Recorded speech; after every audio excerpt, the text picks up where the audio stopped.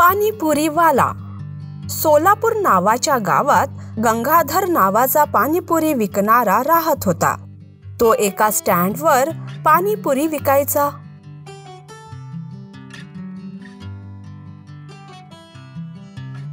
तो रोज पुरी विकत घ्यायचा आणि नंतर विकायचा. बटाटे आणि कांदे कापून ठेवायचा. घरी त्याची बायको स्वादिष्ट पाणी बनवून द्यायची आणि चण्याची भाजी पण बनवून द्यायची. त्याचा स्टँड लहान असल्यामुळे तो कुठेही स्टँड घेऊन गावात जायचा आणि विकायचा. कधी रस्त्यावर, शाळेच्या जवळ, गावातील बाजारासमोर, अशा प्रकारे प्रत्येक जागेवर जाऊन तो पाणीपुरी विकायचा. एके दिवशी त्या गावात अमोल नावाचा खूप शिकलेला व्यक्ती आला. या गावात सगळे पाणीपुरी खाण्याचे शौकीन दिसत आहेत. जर हा एका स्टँडवर इतके पैसे कमवू शकतो तर मी चांगले चाट भंडार सुरू करणार, तर मी पण चांगले पैसे कमवू शकतो. काही दिवसानंतर अमोलने त्या गावात खूप पैसे खर्च करून पाणीपुरी कॅफे नावाचा कॅफे सुरू केला. तिथे एक मुलगा येऊन,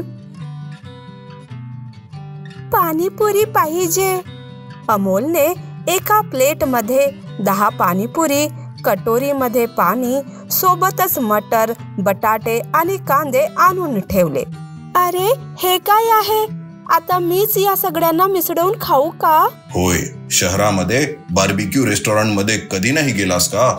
तिथे आपल्यालाच कबाब बनवायचे असतात. तसेच तू पाणीपुरी बनवून खा. तो मुलगा खूप अवघडपणे पाणीपुरी बनवून खाऊ लागला. चव चांगली लागल्यामुळे संपूर्ण पाणीपुरी संपवून टाकली.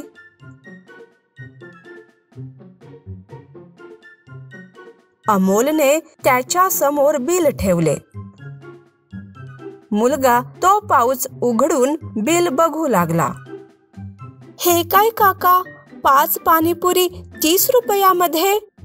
हो बाळा, या जागेचे भाडे, सजावटीचा खर्च, नोकरांचा पगार आणि टॅक्स सगळे मिळून पाणीपुरीवर 25 रुपये खर्च होतात.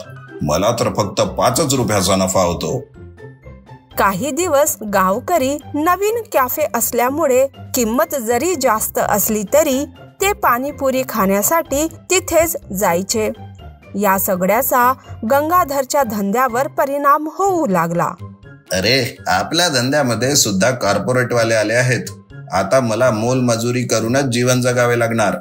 अहो, काळजी नका करू. तुम्ही 5 रुपयामध्ये पाणीपुरी विकत आहात आणि तो 30 रुपयामध्ये विकत आहे.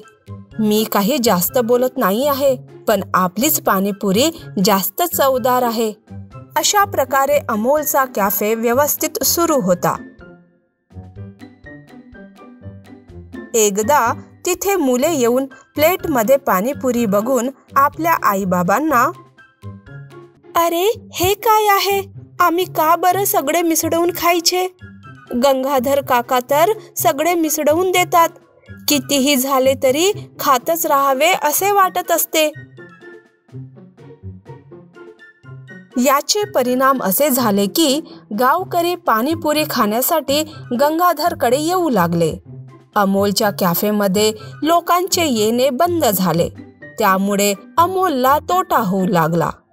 एके दिवशी गंगाधर अमोलला, सर, तुम्ही खूप शिकलेले आहात. तुम्हाला मी काय शिकवणार? पण तुम्ही एक गोष्ट लक्षात ठेवा की काही वस्तू रस्त्यावरच विकली जाते आणि काही हॉटेलमध्ये. पाणीपुरी 5 रुपयामध्ये विका किंवा 30 रुपयामध्ये, चव तर एकच असणार ना. विनाकारणच एवढे पैसे खर्च करून हे दुकान सुरू केलेत. आता तोटा झालाच ना. हेच दुकान तुम्ही शहरात उघडले असते तर बरे झाले असते. जरा विचार करा. अमोलला सगळे समजले.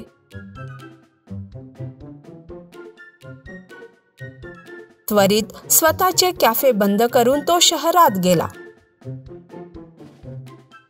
तर खाण्याच्या विषयी लोक जिथे चवदार खायला मिळते तिथेच जातात. हा दिखाऊपणा जास्त दिवस नाही चालत, हो ना?